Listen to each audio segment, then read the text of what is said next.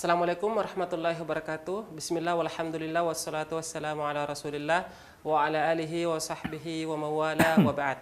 Apa kabar pemirsa Umat TV dimanapun Anda berada? Semoga para pemirsa semua tetap dalam keadaan sehat walafiat serta selalu dalam lindungan Allah Subhanahu wa taala.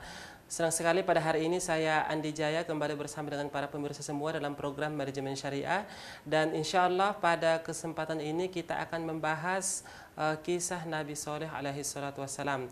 Dan alhamdulillah telah hadir di studio kita narasumber kita Bapak Dr. Henry Tanjung. Assalamualaikum Pak. Waalaikumsalam warahmatullahi. Sehat Pak? Alhamdulillah. Alhamdulillah baik.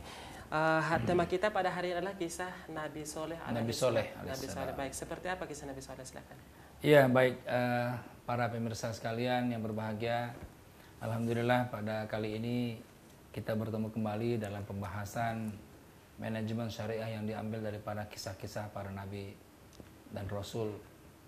Dan tentunya kita sudah membahas beberapa nabi-nabi, dan pada kali ini kita sampai kepada pembahasan tentang Nabi Soleh alaihissalam.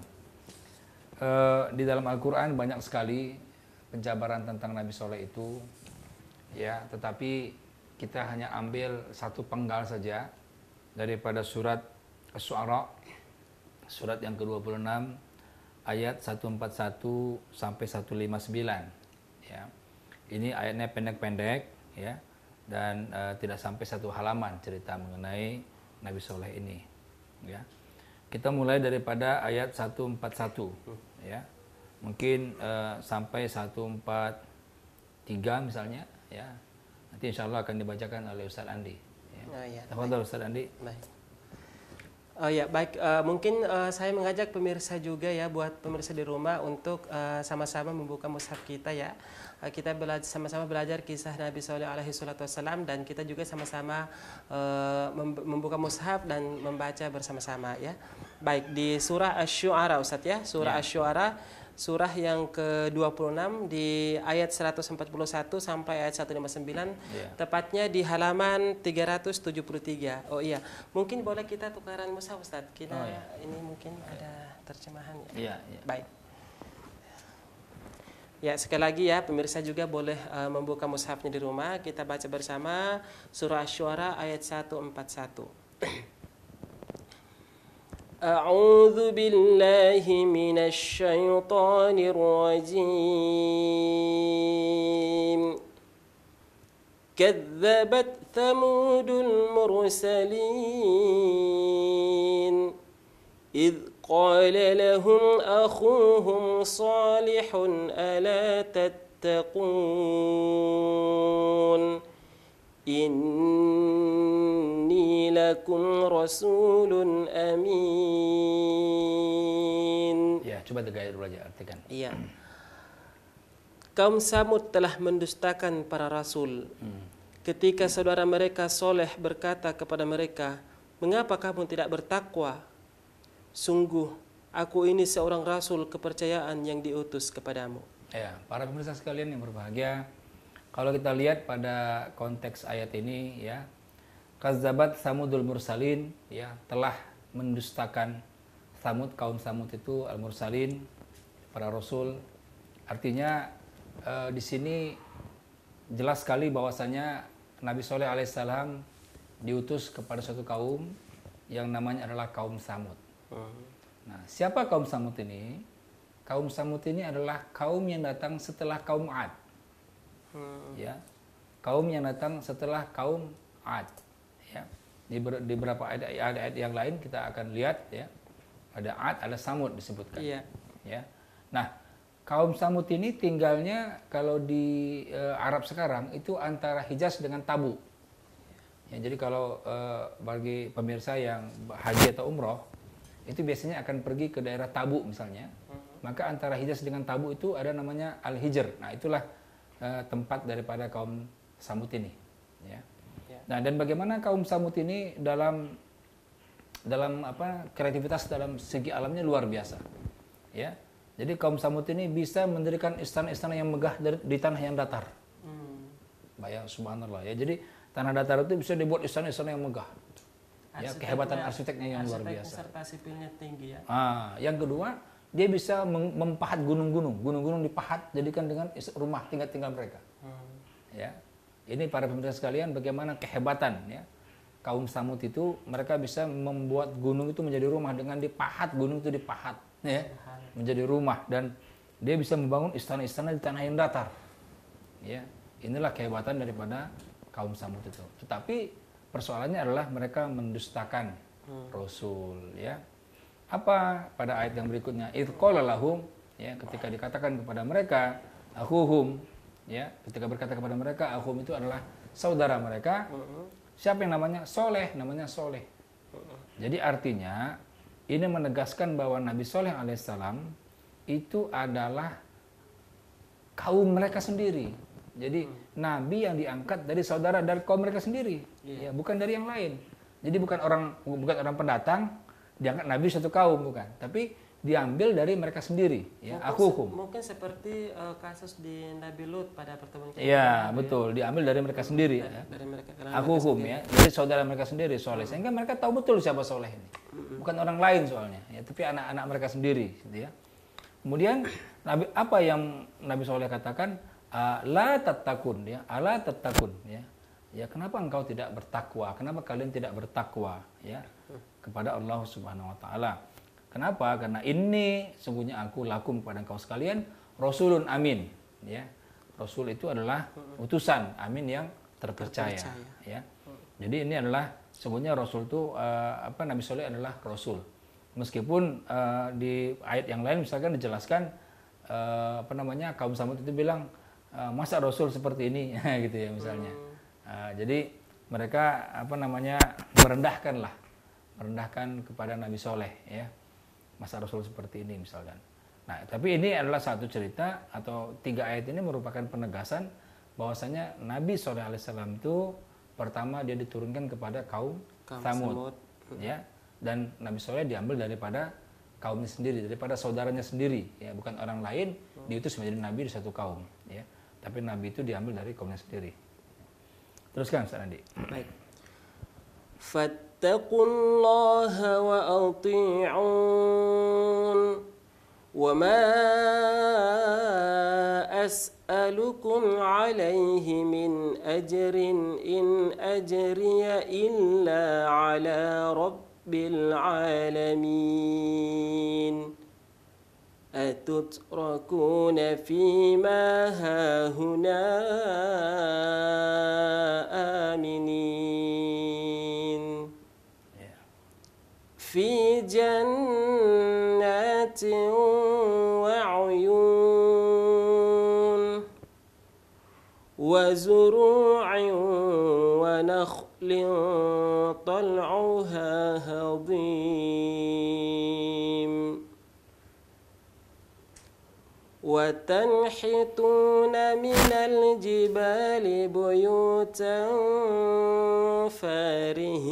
فارهين فاتقوا الله وأطيعون. Ya, coba. Maka bertakwalah kepada Allah dan taatlah kepadaku, dan aku tidak meminta sesuatu imbalan kepadamu atas ajakan itu. Imbalanku hanyalah dari Tuhan seluruh alam. Apakah kamu mengira akan dibiarkan tinggal di sini, di negeri kamu ini dengan aman, di dalam kebun-kebun dan mata air, dan tanaman-tanaman dan pohon-pohon kurma yang mayangnya lembut? Dan kamu pahat dengan terampil sebagian gunung-gunung untuk dijadikan rumah-rumah. Maka bertakwalah kepada Allah dan taatlah kepadaku. Iya. Jadi ini kalau tadi dibaca sama Ustaz Andi itu awalnya adalah fattaqullaha wa ati'un, ujungnya pun sama, fattaqullaha wa ati'un. Ya. Jadi ini adalah ajakan daripada Nabi Shallallahu alaihi wasallam untuk bertakwa dan taat, ya, untuk bertakwa dan taat. Ya. Nah, ditegaskan dalam ayat 145 ini, ya, wa ma as'alukum alaihi min ajrin, ya. Aku tidaklah meminta kepadanya, ya, daripada upah. Ya. In ajriya illa ala rabbil alamin. Upahku itu adalah daripada Allah Subhanahu wa taala. Jadi di dalam dakwahnya Nabi Sallallahu ini tidak meminta upah. Ya, ini nanti akan kita bahas satu aspek manajemen daripada Nabi Soleh ini adalah tidak meminta upah dari dakwahnya, ya, tidak menetapkan tarif barangkali ya, Iya. tidak menetapkan tarif dari dakwahnya, tidak menentukan harga mungkin dari dakwahnya, karena siapa? Karena Allah yang akan membalas terhadap upahnya daripada dakwahnya itu sendiri. Ya, itu nanti aspek pertama yang akan kita bahas nanti.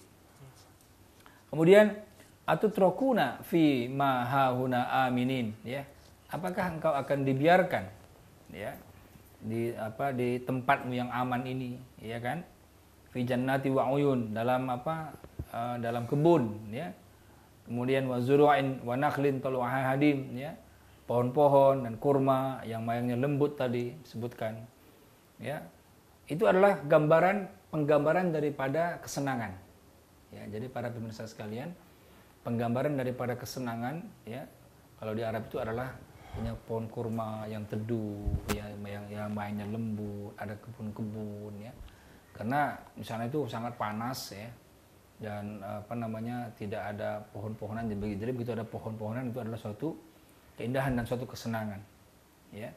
Kemudian watanhituna minal jibal, dan engkau memahat daripada gunung-gunung itu, ya, gunung-gunung dipahat. Seperti apa gunung dipahat, ya? Buyutan, untuk menjadi rumah. Jadi kita bisa bayangkan, ya, bagaimana gunung itu menjadi rumah. Itu teknologi apa itu yang bisa membuat gunung menjadi rumah? Ya, itu berarti kalau gunung dibuat rumah, betapa besarnya rumahnya, ya, dan betapa mungkin bertingkat-tingkat barangkali. Iya. Ini kalau gunung dibuat rumah, ya, tapi itulah kehebatan mereka, ya. Nah, dengan semua itu maka ajakannya kembali lagi kepada fattaqullaha wa'ati'un. Nah, itu ya, pada bertakwalah pada Allah dan taatlah, ya. Nah, ini merupakan ajakan daripada para nabi itu untuk bertakwa kepada Allah, ya. Fattaqullah, ya. Bukan bertakwa, bukan takutlah kepada, bukan, ya. Tidak ada nabi yang nyuruh takut kepada nabi sendiri, tidak ada. Tapi semua nabi-nabi membawa ajaran yang satu, yaitu bertakwalah kepada Allah Subhanahu wa taala. Fattaqullah, ya, ittaqullah haqqa tuqatih, ya, dengan sebenar-benar ketakwaan, haqqa tuqatih, ya. Wala tamutunna illa wa antum muslimun, ya. Janganlah kita semua meninggal dalam keadaan tidak muslim, ya, dalam keadaan tidak muslim. Nah, itu gambaran, ya, ayat 14 berapa tadi? 144, ya. Sampai dari 14 sampai 150. Coba teruskan, Ustaz. Baik. ولا تطيعوا أمر المسرفين الذين يفسدون في الأرض ولا يصلحون قالوا إنما أنت من المسحرين ما أنت إلا بشر مثلنا فأت بآية إن كنت من الصادقين. Ya, coba.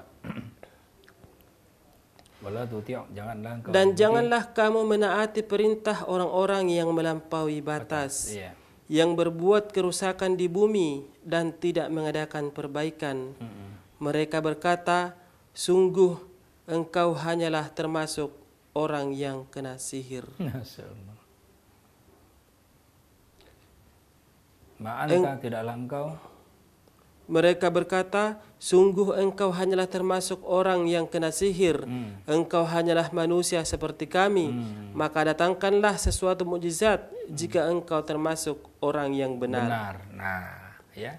Ini para pemirsa sekalian, ya, ini artinya nanti mungkin akan penjelasannya kita bereskan atau kita bahas setelah jeda, ya. Ini artinya adalah bahwasanya janganlah mengikuti, ya, janganlah mengikuti orang-orang yang melampaui batas, ya, musrif, ya, musrif, israf, ya, musrif itu mubazir juga, ya. Yaitu apa itu? Yaitu orang yang berbuat kerusakan di muka bumi dan tidak membuat perbaikan. Iya. Ya. Nah, kemudian qalu innama anta minal musahharin, ya. Mereka mengatakan engkau ini bukan nabi ya, engkau ini kena sihir saja, kira-kira begitu. Dan engkau kan cuma manusia biasa seperti kami. Jadi pikiran mereka itu nabi itu bukan manusia biasa. Ya. Maka mereka menantang, fa'ti bi ayah. Maka datangkanlah mukjizat, datangkanlah tanda-tanda. Iya. Ya. Kalau engkau betul-betul benar seorang nabi, Iya. ya, in kunta minas shadiqin. Baik, menarik sekali ya pembahasannya. Namun kita akan jeda dulu. Kita akan lanjutkan setelah jeda pariwara berikut. Pemirsa, jangan kemana-mana. Kami akan segera kembali.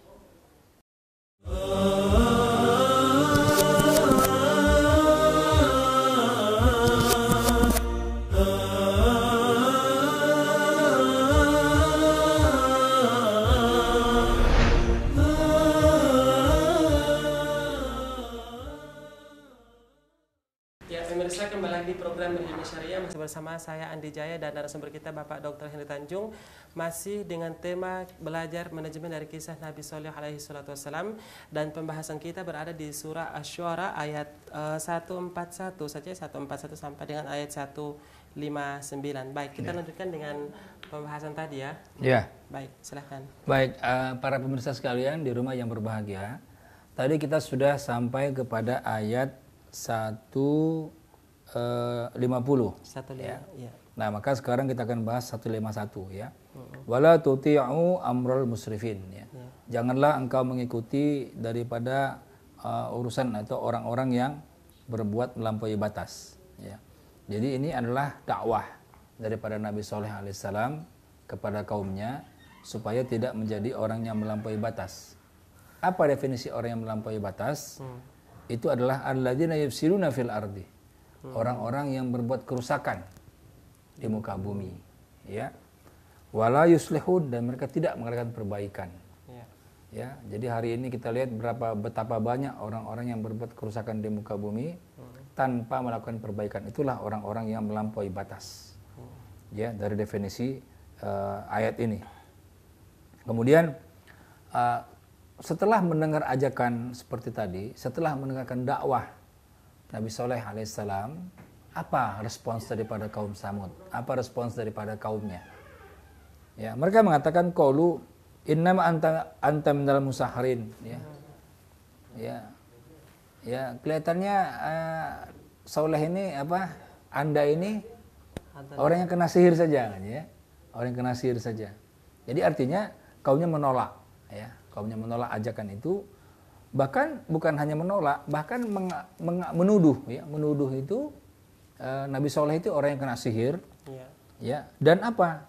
Dan dia nggak percaya, ma anta illa basarun misluna, ya, ya, Anda ini orang yang manusia seperti kami juga, ya. Jadi kita bisa bayangkan bagaimana persepsi kaumnya ketika itu, ketika ada Nabi, ya. Berarti Nabi itu persepsi mereka bukan manusia, tapi mungkin malaikat barangkali. Ya, bukan manusia. Ya, kalau manusia seperti kami, mereka tidak katakan Nabi. Bahkan mereka menantang. Ya, ini namanya melawan, ya, melawan Allah langsung, ini namanya menantang, ya. Apa tantangannya? Fa'ti bi ayatin. Datangkanlah tanda-tanda, datangkanlah mukjizatmu. Nah, gitu ya, kira-kira begitulah. In kunta minas shadiqin, kalau engkau betul-betul nabi yang benar, gitu. Ya. Jadi bisa kita bayangkan kalau kita misalkan kita berdakwah ngajak orang benar, ya. Maka kemudian orang itu bukan hanya tidak mau mendengar kebenaran itu, tapi malah dia menantang. Buktikan kalau itu benar, kira-kira begitu. Ya, ini kan suatu tantangan yang luar biasa para pemirsa sekalian. Ya, inilah tantangan yang luar biasa yang dialami oleh pada Nabi Shalih alaihissalam. Ya. Sudah ajakannya ditolak, bahkan dia pun diremehkan lah, ya, diremehkan secara pribadi, ya, secara pribadi dibilanglah kena sihir lah, ya. Bahkan kalau ente benar-benar nabi, ya, kalau benar nabi silakan datangkan mukjizat, ya, silakan datangkan bukti, ya, bukti bahwasanya Anda itu seorang nabi. Ya. Nah, itulah buktinya pada ayat berikutnya. Silakan Ustaz. Baik. Sekarang kita di ayat 155, ya, pemirsa juga bisa mengikutinya. قال هذه ناقة لها شرب ولكم شرب يوم معلوم ولا تمسوها بسوء فيأخذكم عذاب يوم عظيم فعقروها فأصبحوا نادمين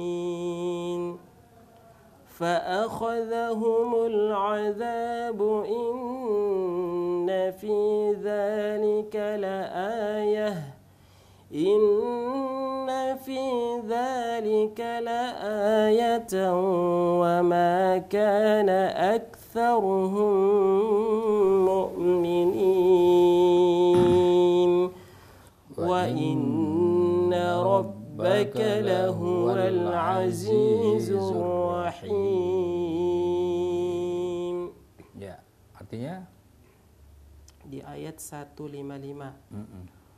Dia yaitu Soleh menjawab, ini seekor unta betina yang berhak mendapatkan giliran minum dan kamu juga berhak mendapatkan minum pada hari yang ditentukan.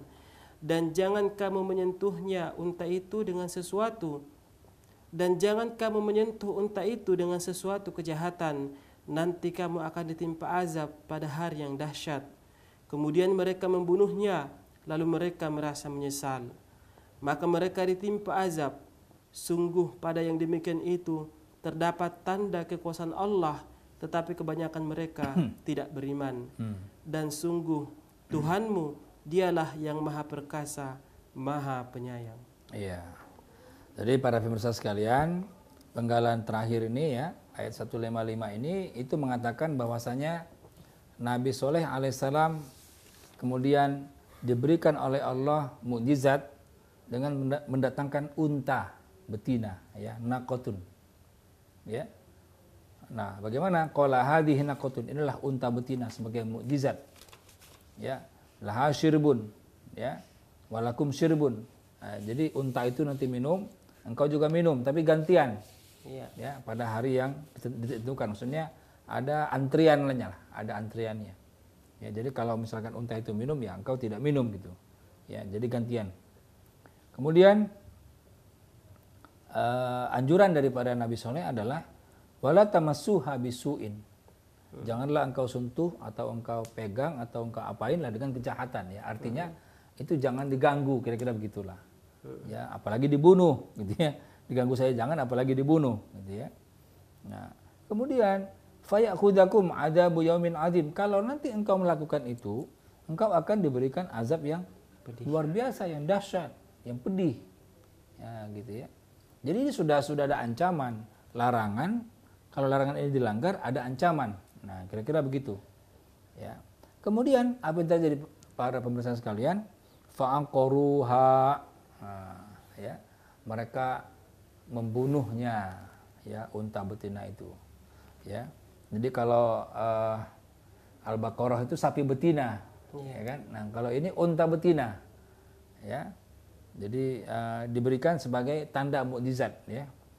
Nah, kemudian mereka sembelih, mereka bunuh, faasbahu nadimin, dan mereka menjadi orang yang menyesal, ya. Nah, begitu disembelih itu, maka fa'aqadahumul adab, maka ditimpakanlah kepada mereka azab, ya, datanglah kepada mereka azab, ya. Inna fi dzalika laayah, dan pada yang demikian itu adalah tanda-tanda atau bukti, wa makana asaruhum mu'minin, dan tidaklah sebagian daripada mereka itu menjadi orang yang beriman. Wa inna rabbaka, dan sesungguhnya Tuhanmu, lahuwal azizur rahim, itulah yang maha perkasa lagi maha penyayang, ya. Para pemirsa sekalian yang berbahagia, tantangan daripada kaum Samud kepada Nabi Soleh, apa tantangannya? Datangkan mukjizat. Kalau benar-benar Anda seorang nabi, maka Nabi Soleh pun memohon kepada Allah, ya Allah, berikanlah mukjizat, ya, untuk kenabianku. Maka Allah mengabulkan, ya. Dari padang pasir itu kemudian muncullah unta betina, ya, sebagai mukjizat daripada Nabi Soleh alaihissalam, ya. Tapi nanti muzat ini syaratnya tidak boleh dibunuh. Nah, kalau dibunuh akan ada azab yang besar. Kenapa? Karena perjanjiannya ketika kemudian ditantang seperti itu sama kaum Samud, maka Nabi Soleh mengatakan seperti ini, wahai kaumku, kalau benar aku bisa membuktikan mukjizat itu, apakah kamu akan beriman? Mereka bilang, oh iya kami beriman. Nah gitu. Ya, jadi sudah ada deal dulu. Iya kami beriman. Oke, kalau gitu aku akan datangkan mukjizat itu. Ya. Tapi kalau misalkan dengan adanya mukjizat itu mereka tidak beriman, nah Allah sangat marah, Allah akan timpakan mereka dengan azab. Ya. Azabnya adalah mereka meninggal bergelimpangan ya, karena suara yang sangat keras ya, mereka bergelimpangan semua di rumah-rumah mereka. Ya. Ini azab yang ditimpakan kepada kaum Samud seperti itu saja. Kaum Samud ya. Di dalam ayat yang lain itu ada gempa juga. Dijelaskan bahwa ada gempa dan ada suara yang sangat keras lalu di pagi hari. Mati bergelimpangan di rumah-rumah mereka. Iya, menarik sekali pembahasan dari Nabi Soleh alaihissalam tepatnya di Al-Quran surah Asy-Syu'ara ini ayat 141 sampai ayat 159 ya. Yang dari awal bagaimana Allah Subhanahu wa taala mengatakan bahwa kaum Samud itu adalah kaum yang berdusta ya. Kemudian bagaimana usaha Nabi Soleh untuk mengajak mereka untuk bertakwa, kemudian menghindari orang-orang yang melampaui batas ya. Kemudian juga justru feedback dari kaumnya ini justru sebaliknya apa yang diharapkan oleh Nabi Soleh, bukannya bertakwa tetapi justru dianggap bahwa Nabi Soleh adalah orang yang terkena sihir ya, seperti itu. Kemudian setelah itu juga kaumnya mengatakan memberikan tantangan ya untuk mendapatkan untuk mendatangkan satu mukjizat atau ayah dalam ayat yang kita sebutkan tadi, fa'ti bi ayah in kunta minas shadiqin ya. Kemudian bagaimana kemudian Nabi Soleh memberikan tadi kita sebutkan disebutkan unta ya. Unta betina. Ada syarat ya yang harus dilakukan oleh kaum Samud tersebut, namun ternyata kaum Samud melanggarnya. Kemudian ditimpakan oleh azab oleh Allah Subhanahu wa taala. Menarik sekali pembahasannya dan kita akan membahas ya pelajaran manajemen apa yang bisa kita ambil dari kisah Nabi Soleh alaihi salatu wassalam setelah jeda periwara berikut. Pemirsa yang kepada pada kami akan segera kembali.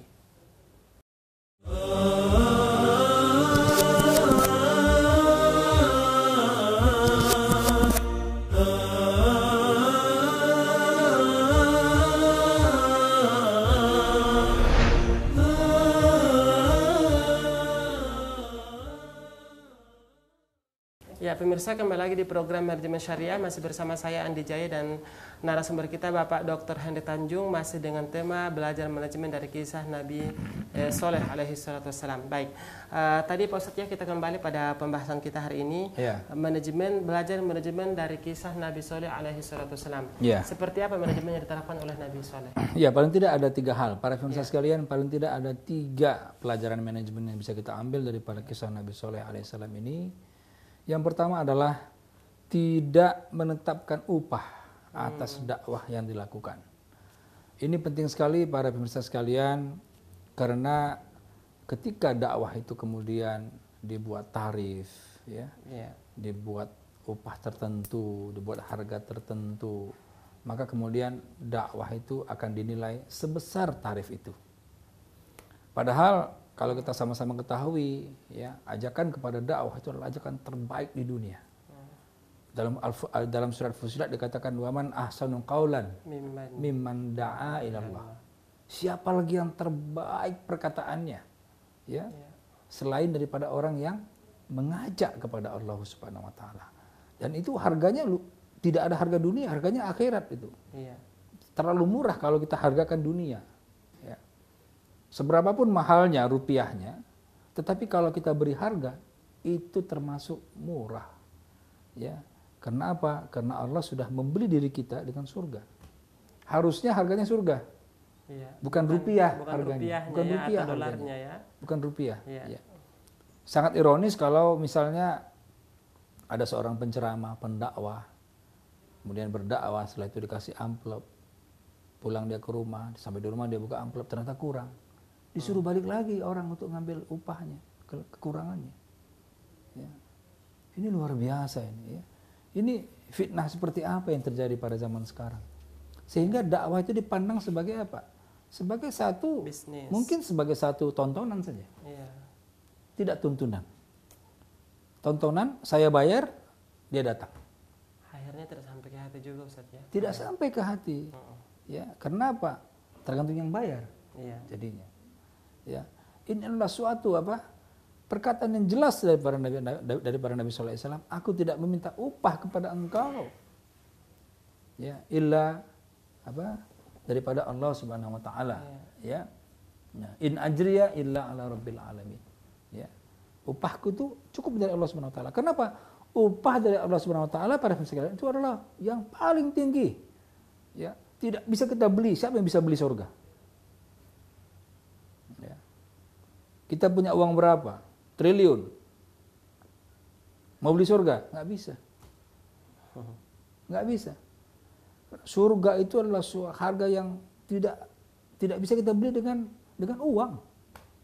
Itulah mestinya. Ya, seorang pendakwah itu dia harus paham betul bahwasanya apa yang disampaikan itu adalah bernilai surga. Ya, sehingga tidak bisa dirupiahkan. Ketika seseorang kemudian memberikan tarif, ya, kalau saya ceramah sekian, kalau saya begini sekian, begini sekian, maka sebenarnya dia sudah membuat murah dirinya. Iya. Ya. Seseorang yang menetapkan harga bagi dirinya, itu berarti dia telah menjual murah pada dirinya. Ya. Ini pertama, pemirsa sekalian, pelajaran yang sangat luar biasa daripada Nabi Shallallahu alaihi wasallam. Nabi Shallallahu mengatakan, ya, aku tidak meminta upah, ya, wa ma as'alukum alaihi min ajrin. Aku tidak minta upah. Ya. Aku berdakwah, aku tidak minta upah. Kenapa? Karena upahku itu dari Allah. Ya, upahku itu daripada Allah Subhanahu wa taala.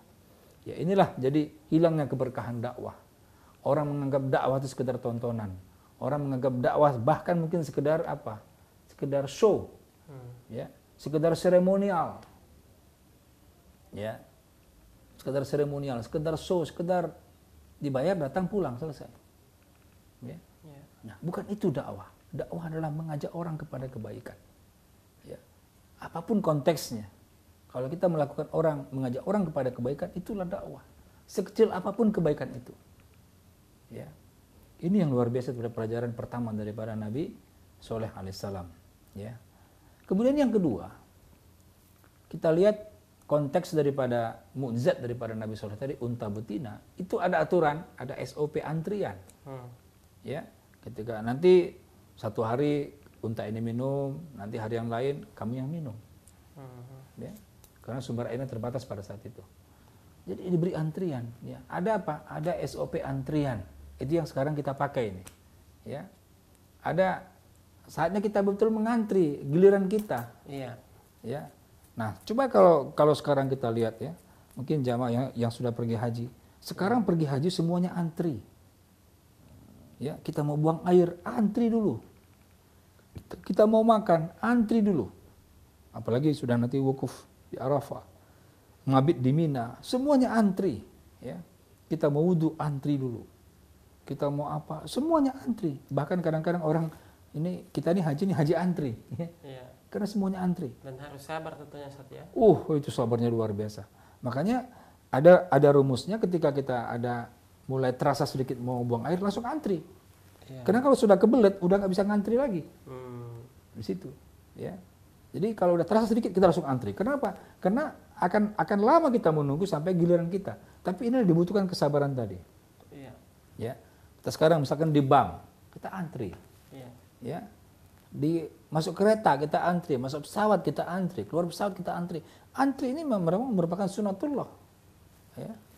Nah, cuman itu apa? Syaratnya harus sabar. Iya. Dan dia pada hari pembalasan nanti juga kan antri Ustaz ya. Betul, harus sabar kita. Iya. Ya, kalau nggak sabar, tadi tuh dibunuh untanya. Ya. Kadang nggak sabar, ini antri nih bikin repot aja nih, ya. Bikin repot aja dibunuh. Iya. Ya, dibunuh. Dan dalam kitab yang membunuhnya itu namanya Wahaimar Samud, ya namanya orang bunuhnya itu. Ya. Nah jadi kenapa? Karena nggak sabar. Wah repot antri ini, bunuh aja sekalian biar nggak ngantri kan gitu. Iya. Nah itu yang tidak boleh. Jadi apa? SOP antrian itu sudah ada. Itu yang harus kita ikutin. Ya. dimanapun ya kita berada, ya apalagi sekarang ini udah mau dekat Ramadan ini, umroh luar biasa nih, membludak yang manusia. Ya, itu pasti antri. Ya, pasti antri. Kita ke air antri, semuanya antri. Itu harus penuh dengan kesabaran. Ya. Nah, kalau nggak sabar, nah inilah ya, kita tidak akan mendapatkan apa yang Allah sudah janjikan. Ya. Itu yang kedua, para pemirsa sekalian, bahwasanya di dalam manajemen antri itu kita harus sabar. Ya. Bayangkan kalau kita antri, kita udah lama antri, tahu-tahu datang orang, langsung masuk ke depan. Ya, oh itu pasti kita marah itu, marah itu. Ya. Saya pernah punya pengalaman ya, ada orang masuk ke depan tuh, bapak-bapak depan saya marah tuh, gitu ya. Saya udah lama gitu, suruh balik lagi ke belakang ya. Karena memang betul, antri itu harus sabar. Ya, nggak bisa langsung, nggak bisa. Ya. Nah, sekarang kita masuk jalan tol, pintu tol, antri juga. Ya. Hampir semua kita antri sekarang. Ya.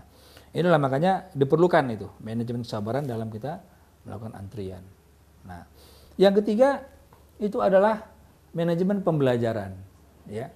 Jadi belajar itu kita perlukan dari kaum-kaum sebelumnya. Manajemen pembelajaran, Ustaz, ya? Manajemen pembelajaran. Ya. Belajar dari kaum sebelumnya. Ya. Kenapa? Kaum sebelumnya adalah kaum Ad. Kaum Ad ini Allah hancurkan karena kesombongannya. Ya, karena kesombongan para pembesar-pembesarnya.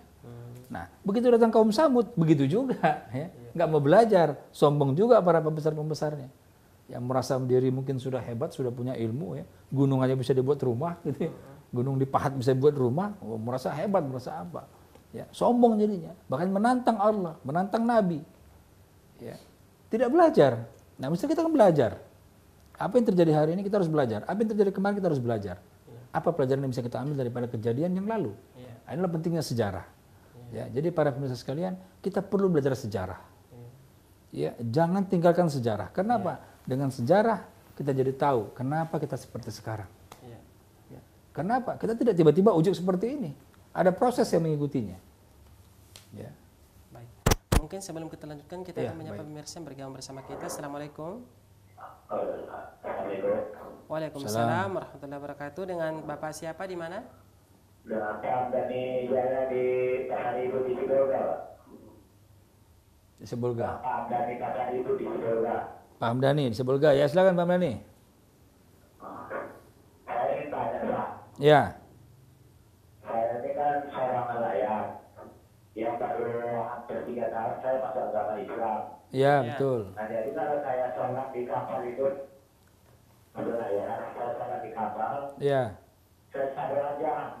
Jadi ada kabar-kabar saya bilang tak perlu ajaran. Ya. Yang kedua ada katanya sholat itu di digabungkan saja kalau ya waktu kau sholat, bagaimana itu Pak? Iya. Saya minta tanggapannya. Iya. Ya ucapkan terima kasih. Saya lagi belajar Pak. Iya, Pak. Assalamualaikum warahmatullahi wabarakatuh. Waalaikumsalam warahmatullahi wabarakatuh. Pertanyaan dipahami, Pak? Iya, Pak Hamdani mungkin ya. bisa langsung dijawab, Pak ya. Iya, jadi kalau azan, ya kalau kita azan di mana waktu Pak Hamdani azan saja, itu syiar.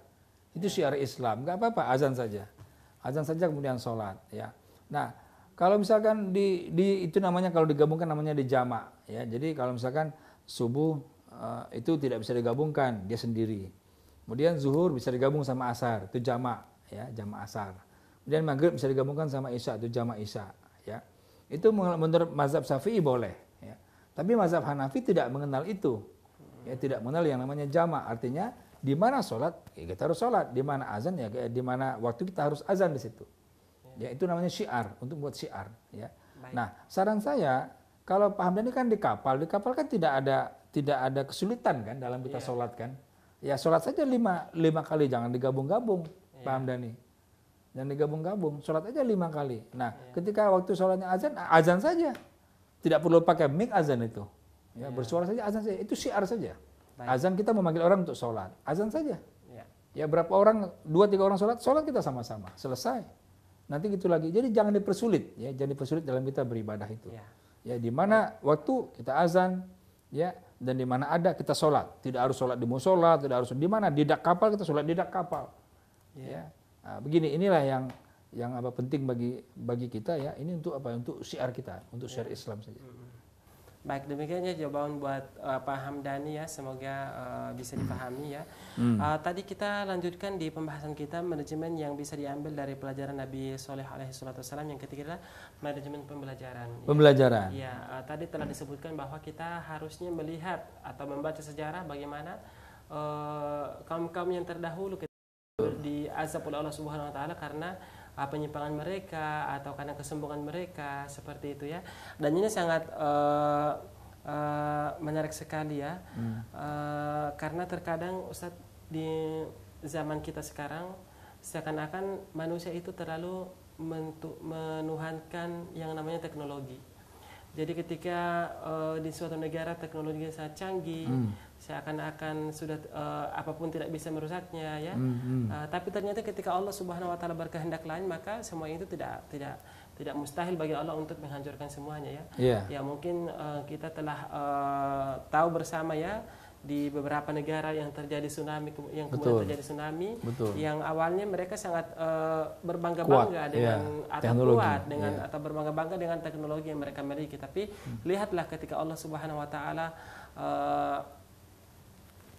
memberikan apakah itu azab atau semacamnya, dan ini merupakan pelajaran bagi manusia bahwa tiada daya dan upaya melainkan dari Allah Subhanahu wa taala. Ya. Baik. Namun sebelum kita mengakhiri pertemuan kita pada hari ini ada pertanyaan Ustaz dari pemirsa kita, tapi tidak disebutkan namanya, terkait dengan pelajaran manajemen yang diambil pada poin pertama, tidak mengambil upah atas dakwah. Bagaimana hukum mengambil pemberian berupa uang dari ceramah kita tanpa kita minta? Ya, baik, ya. Baik, ini bagus sekali pertanyaannya. Kalau kita diberi, kita terima. Kalau kita diberi, kita terima. Ya, kita terima. Karena memang di dalam sebuah hadis juga sebaik-baik upah adalah orang yang mengajarkan Al-Quran. Iya. Ya, tetapi persoalannya adalah jangan kita tetapkan tarif kita. Ini persoalan. Betul. Ya, jangan ditetapkan tarif kita. Ya, karena begitu kita tetapkan tarif kita, berarti kita sudah menjual diri kita dengan murah. Kenapa? Karena sesungguhnya dakwah yang kita berikan itu upahnya surga. Iya, upahnya sudah sangat mahal. Sangat mahal, sangat nggak bisa dibeli. Nggak ada rupiahnya. Nggak ada rupiahnya. Jadi kalau kita rupiahkan, surga jelas nggak dapat. Betul. Rupiahnya dapat mungkin, surga jelas nggak dapat. Kenapa? Wa ma as'alukum, ya. Aku tidak minta alaihi min ajrin. Upah nggak akan minta. Semua nabi berkata seperti itu, bukannya Nabi Soleh tentunya. Semua nabi berkata seperti itu. Aku tidak pernah minta upah. Kenapa? In ajriya illa ala rabbil alamin. Upahku itu dari Allah sudah. Ya. Makanya kemudian di dalam ayat yang lain apa? Allah cari ya daripada diri mukmin itu jannah, surga. Ya. Jadi Allah membeli diri itu dengan surga. Jadi apa? Upahnya itu surga. Ya, surga itu nggak bisa kita rupiahkan. Ya. Jadi kalau kita dakwah, kita diberi, kita terima. Ya, yang tidak boleh adalah kita menetapkan upah kita. Ya, kita membuat tarif kita. Ya, kalau nggak dibayar sekian, saya nggak datang. Gitu ya. Nah, atau kalau nggak sekian, saya nggak mau. Inilah yang membuat kemudian hilang keberkahan dakwah itu. Dan Allah juga tidak akan memberi memberi keberkahan, ya, memberi manfaat daripada dakwah itu. Begitu mungkin. Ya, jadi pada kesimpulannya bahwa boleh saja ya kita menerima pemberian dari seseorang misalnya atas dakwah atau yang apapun yang kita lakukan terkait dengan dakwah.